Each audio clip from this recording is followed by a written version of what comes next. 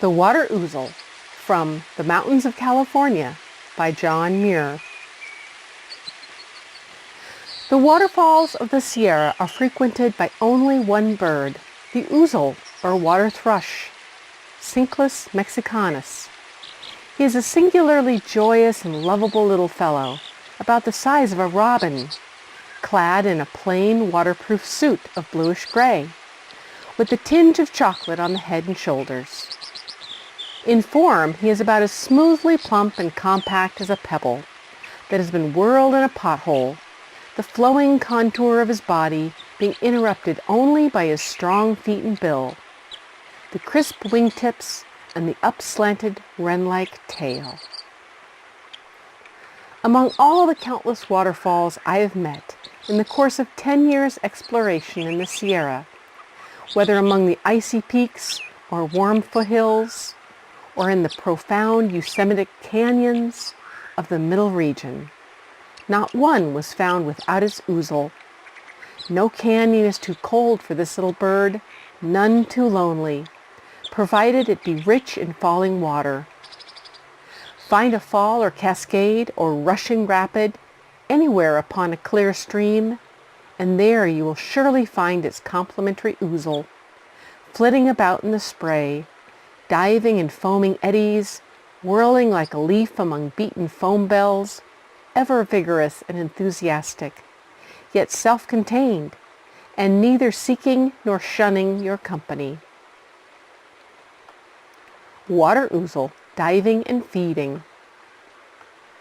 If disturbed while dipping about in the margin shallows, he either sets off with a rapid whir to some other feeding ground, up or down the stream, or alights on some half-submerged rock or snag out in the current, and immediately begins to nod and courtesy like a wren, turning his head from side to side with many other odd, dainty movements that never fail to fix the attention of the observer. He is the mountain stream's own darling, the hummingbird of blooming waters, loving rocky ripple slopes and sheets of foam as a bee loves flowers, as a lark loves sunshine and meadows. Among all the mountain birds, none has cheered me so much in my lonely wanderings, none so unfailingly. For both in winter and summer he sings, sweetly, cheerily, independent alike of sunlight and shadow and love, requiring no other inspiration than the stream with which he dwells.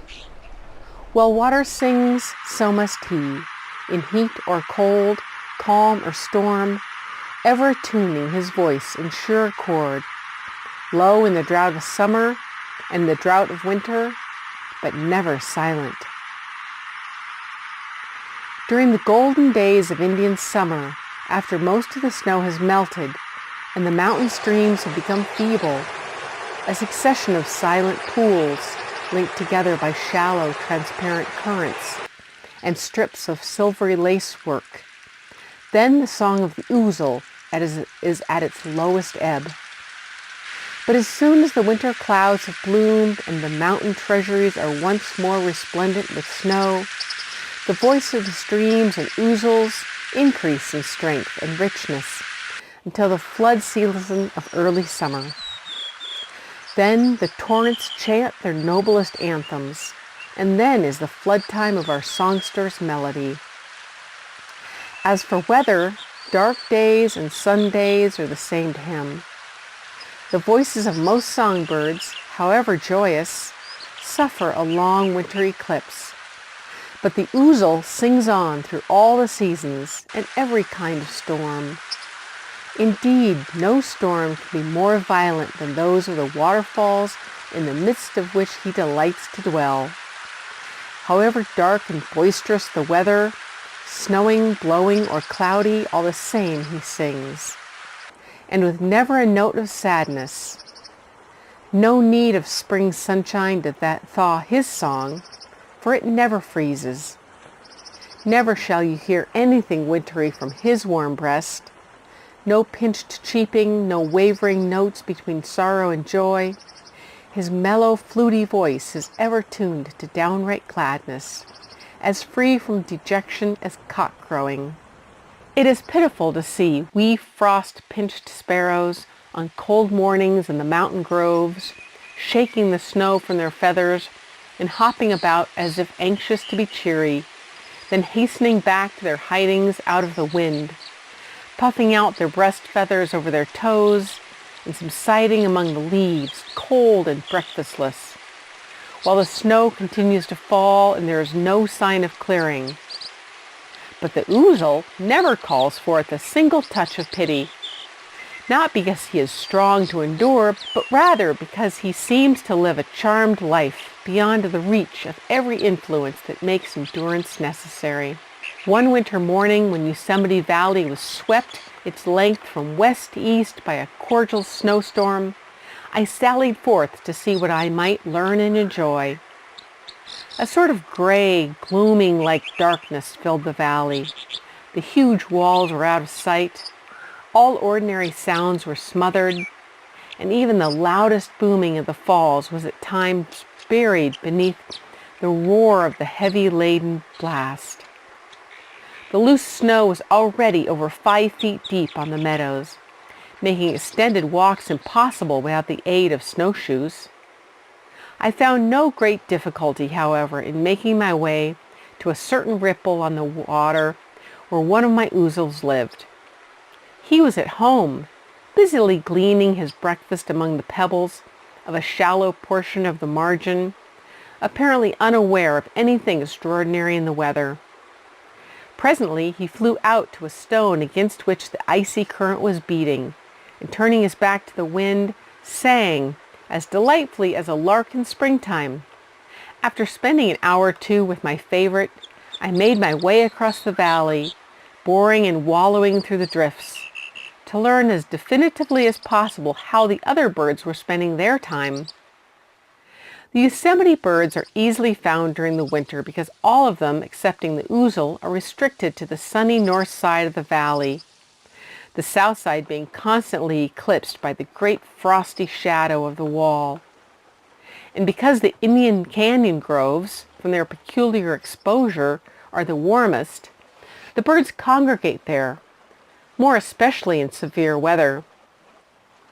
I found most of the robins cowering on the lee side of the larger branches, where the snow could not fall upon them, while 2 or 3 of the more enterprising were making desperate efforts to reach the mistletoe berries by clinging nervously to the underside of the snow-crowned masses, back downward like woodpeckers. Every now and then they would dislodge some of the loose fringes of the storm crown, which would come sifting down on them and send them screaming back to camp, where they would subside among their companions with the shiver, muttering in low, querulous chatter like hungry children. Some of the sparrows were busy at the feet of the larger trees, gleaning seeds and benumbed insects, joining now and then by a robin weary of his unsuccessful attempts upon the snow-covered berries. The brave woodpeckers were clinging to the snowless sides of the larger boles and overarching branches of the camp trees, making short flights from side to side of the grove, pecking now and then at the acorns they had stored in the bark, and chattering aimlessly as if unable to keep still, yet evidently putting in the time in a very dull way, like storm-bound travelers at a country tavern. The hardy nuthatches were threading the open furrows of the trunks in their usual industrious manner, and uttering their quaint notes, evidently less distressed than their neighbors. The stellar jays were of course making more noisy stir than all the other birds combined, ever coming and going with loud bluster, screaming as if each had a lump of melting sludge in his throat, and taking good care to improve the favorable opportunity afforded by the storm to steal from the acorn stores of the woodpeckers.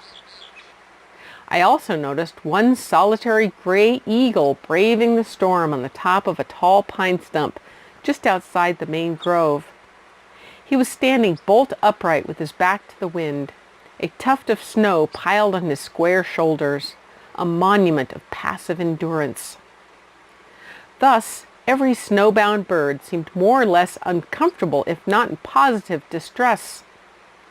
The storm was reflected in every gesture, and not one cheerful note, not to say song, came from a single bill, their cowering, joyless endurance offering a striking contrast to the spontaneous, irrepressible gladness of Ouzel, who could no more help exhaling sweet song than a rose sweet fragrance. He must sing though the heavens fall. I remember noticing the distress of a pair of robins during the violent earthquake of the year 1872, when the pines of the valley with strange movements flapped and waved their branches, and beetling rock brows came thundering down to the meadows in tremendous avalanches. It did not occur to me in the midst of the excitement of other observation to look for the Ouzel, but I doubt not that they were singing straight on through it all, regarding the terrible rock thunder as fearlessly as they do the booming of the waterfalls. What may be regarded as the separate songs of the Ouzel are exceedingly difficult of description, because they are so variable and at the same time so confluent. Though I have been acquainted with my favorite 10 years, and during most of this time have heard him sing nearly every day, I still detect notes and strains that seem new to me.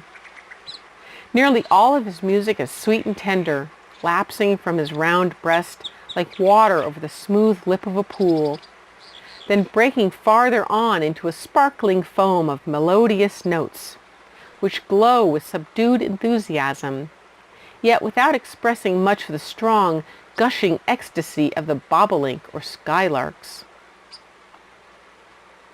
The more striking strains are perfect arabesques of melody, composed of a full few round mellow notes, embroidered with delicate trills, which fade and melt in long, slender cadences.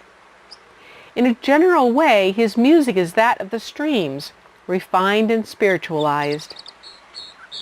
The deep booming notes of the falls are in it, the trills of rapids, the gurgling of margin eddies, the low whispering of level reaches, and the sweet tinkle of separate drops oozing from the ends of mosses and falling into tranquil pools. The Ouzel never sings in chorus with other birds, nor with his kind, but only with the streams. And like flowers that bloom beneath the surface of the ground, some of our favorites' best song blossoms never rise above the surface of the heavier music of the water. I have often observed him singing in the midst of beaten spray, his music completely buried beneath the water's roar. Yet I knew he was surely singing by his gestures and the movements of his bill. His food, as far as I have noticed, consists of all kinds of water insects, which in summer are chiefly procured along shallow margins. Here he wades about, ducking his head under water and deftly turning over pebbles and fallen leaves with his bill, seldom choosing to go into deep water where he has to use his wings in diving. He seems to be especially fond of the larvae of mosquitoes, found in abundance attached to the bottom of smooth rock channels where the current is shallow. When feeding in such places, he wades upstream, and often while his head is under water, the swift current is deflected upward along the glossy curves of his neck and shoulders. And for in the clear crystalline shell, which fairly encloses him like a glass bell, the shell being broken and reformed as he lifts and dips his head, while ever and anon he sidles out to where the too powerful current carries him off his feet. Then he dexterously rises on the wing and goes gleaming in shallower places. But during the winter, when the stream banks are embossed in snow and the streams themselves are chilled nearly to the freezing point, so the snow falling into them in stormy weather is not wholly dissolved, but forms a thin blue sludge, thus rendering the current opaque, then he seeks the deeper portions of the main rivers, where he may dive to clear waters beneath the sludge, or he repairs to some open lake or mill pond, at the bottom of which he feeds in safety. When thus compelled to betake himself to a lake, he does not plunge into it at once like a duck, but always alights in the first place upon some rock or fallen pine along the shore. Then, flying out 30 or 40 yards, more or less, according to the character of the bottom, he alights with a dainty glint on the surface, swims about, looks down, finally makes up his mind, and disappears with a sharp stroke of his wings. After feeding for 2 or 3 minutes, he suddenly reappears, showers the water from his wings with one vigorous shake, and rises abruptly into the air as if pushed up from beneath, comes back to his perch, sings a few minutes, and goes out to dive again, thus coming and going, singing and diving at the same place for hours. One of the late summer feeding grounds of the ouzel. The ouzel is usually found singly, rarely in pairs, except during the breeding season, and very rarely in 3s or 4s. I once observed 3, thus spent a winter morning in company upon a small glacier lake on the upper Merced, about 7,500 feet above the level of the sea. A storm had occurred during the night, but the morning sun shone unclouded, and the shadowy lake, gleaming darkly in its setting of fresh snow, lay smooth and motionless as a mirror. My camp chanced to be within a few feet of the water's edge, opposite a fallen pine, some of the branches of which leaned out over the lake. Here my 3 dearly welcome visitors took up their station, and at once began to embroider the frosty air with their delicious melody. Doubly delightful to me that particular morning, as I had been somewhat apprehensive of danger in breaking my way down through the snow-choked canyons to the lowlands. The portion of the lake bottom selected for a feeding ground lies to the depth of 15 or 20 feet below the surface and is covered with a short grass of algae and other aquatic plants, facts I had previously determined while sailing over it on a raft. After alighting on the glassy surface, they occasionally indulged in a little play, chasing weather around in small circles. Then all 3 would suddenly dive together, and then come ashore and sing. The ouzel seldom swims more than a few yards on the surface, for, not being web-footed, he makes rather slow progress. But by means of his strong, crisp wings, he swims, or rather flies, with celerity under the surface, often to considerable distances. But it is in withstanding the force of heavy rapids that his strength of wing in this respect is most strikingly manifested. The following may be regarded as a fair illustration of his power of subaquatic flight. One stormy morning in winter, when the Merced River was blue and green with unmelted snow, I observed one of my ouzels perched on a snag out in the midst of a swift rushing rapid, singing cheerily as if everything was just to his mind. And while I stood on the bank admiring him, he suddenly plunged into the sludgy current, leaving his song abruptly broken off. After feeding a minute or 2 at the bottom, when one would suppose that he must inevitably be swept far downstream, he emerged just where he went down, alighted on the same snag, showered the water beads from its feathers, and continued his unfinished song, seemingly in tranquil ease, as if it had suffered no interruption. The ouzel alone of all birds dares to enter a white torrent, and though strictly terrestrial in structure, no other is so inseparably related to water, not even the duck, or the bold ocean albatross, or the stormy petrel.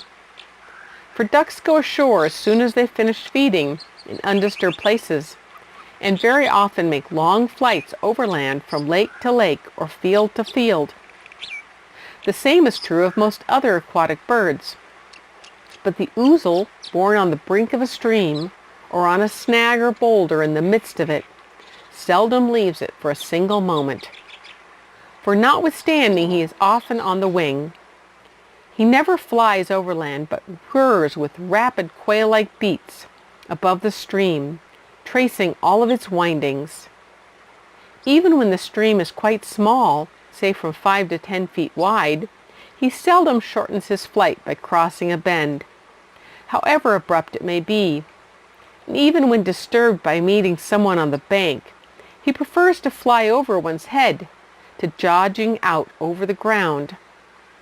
When, therefore, his flight alone a crooked stream is viewed endwise, it appears most strikingly wavered, a description on the air of every curve with lightning-like rapidity.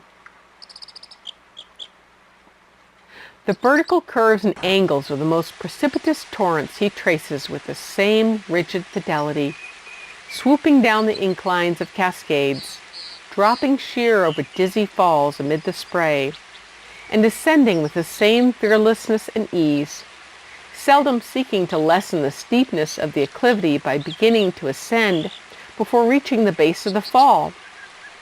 No matter, though, it may be several hundred feet in height, he holds straight on, as if to dash headlong into the throng of booming rockets, then darts abruptly upward, and, after alighting at the top of a precipice to rest a moment, proceeds to feed and sing.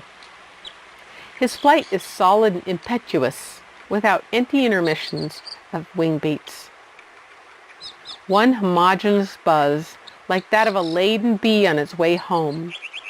And while thus buzzing freely from fall to fall, he is frequently heard giving utterance to a long outdrawn train of unmodulated notes, in no way connected with his song, but correspondingly closely with his flight and sustained vigor.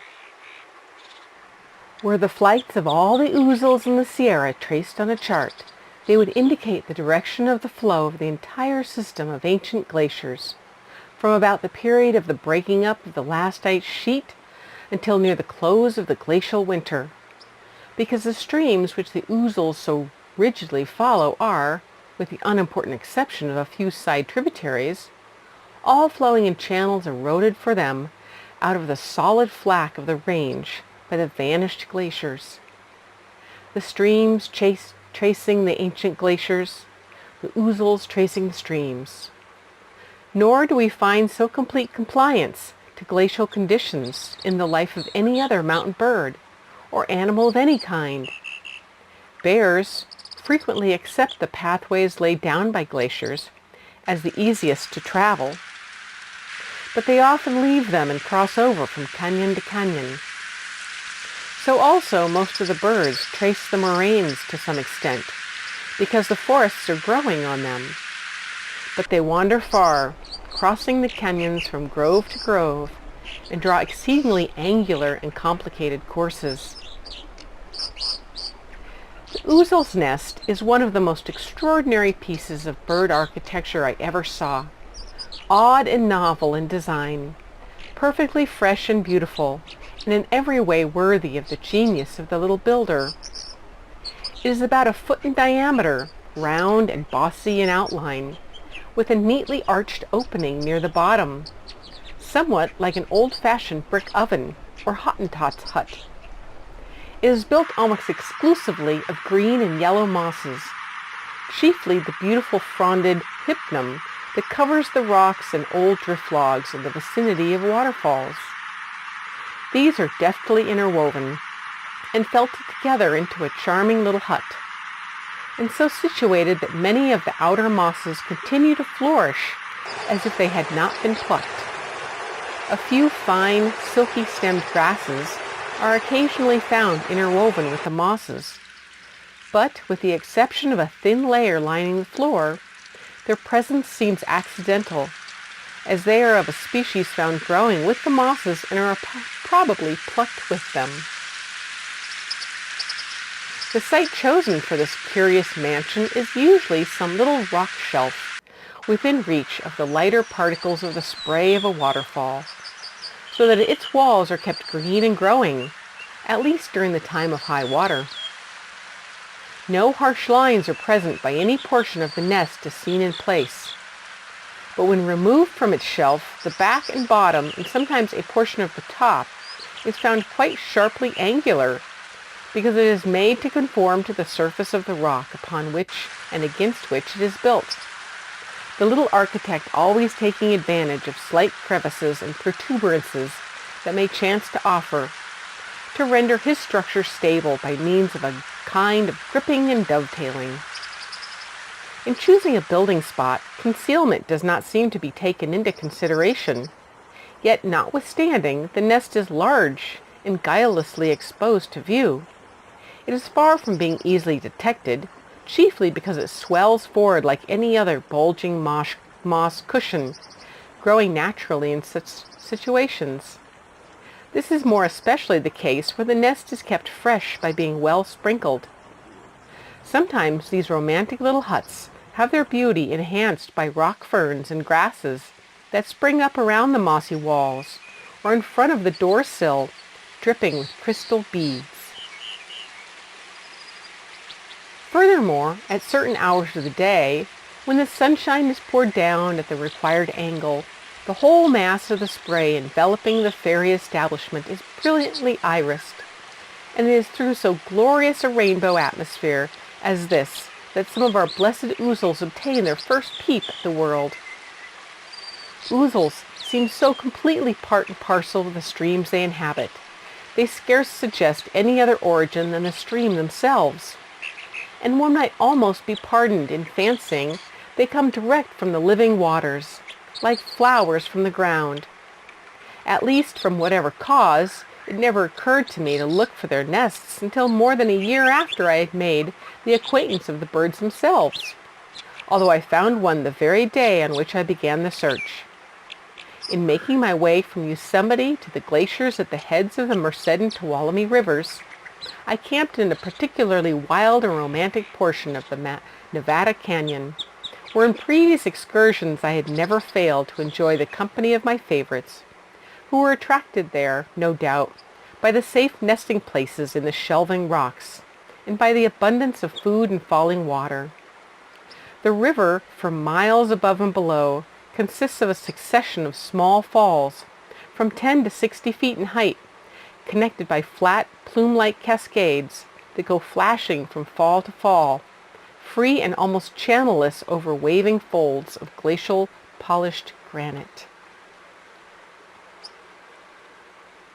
On the south side of one of the falls, that portion of the precipice which is bathed by the spray presents a series of little shelves and tablets caused by the development of planes of cleavage in the granite, and by the consequent fall of masses through the action of the water.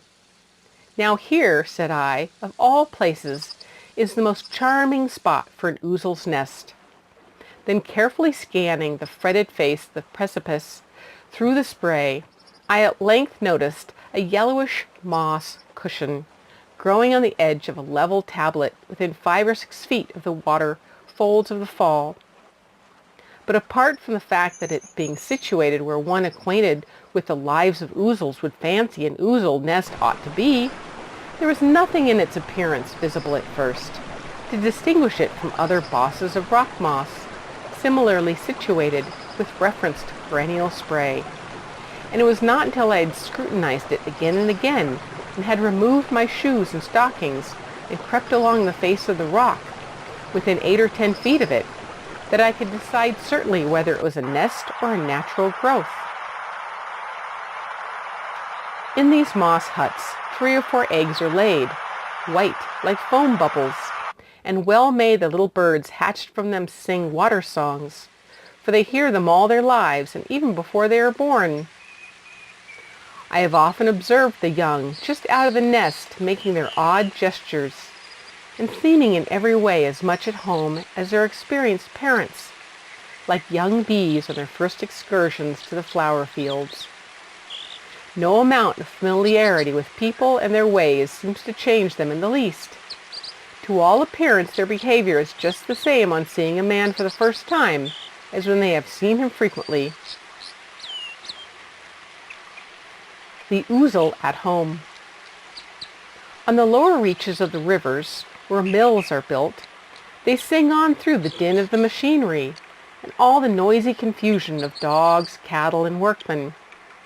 On one occasion, while a woodchopper was at work on the river bank, I observed one cheerily singing within reach of the flying chips. Nor does any kind of unwanted disturbance put him in bad humor or frighten him out of calm self-possession. In passing through a narrow gorge, I once drove one ahead of me from rapid to rapid, disturbing him 4 times in quick succession where he could not very well fly past me on account of the narrowness of the channel. Most birds, under similar circumstances, fancy themselves pursued and become suspiciously uneasy. But instead of growing nervous about it, he made his usual dippings and sang one of his most tranquil strains. When observed within a few yards, their eyes are seen to express remarkable gentleness and intelligence. But they seldom allow so near a view unless one wears clothing of about the same color as the rocks and trees, and knows how to sit still.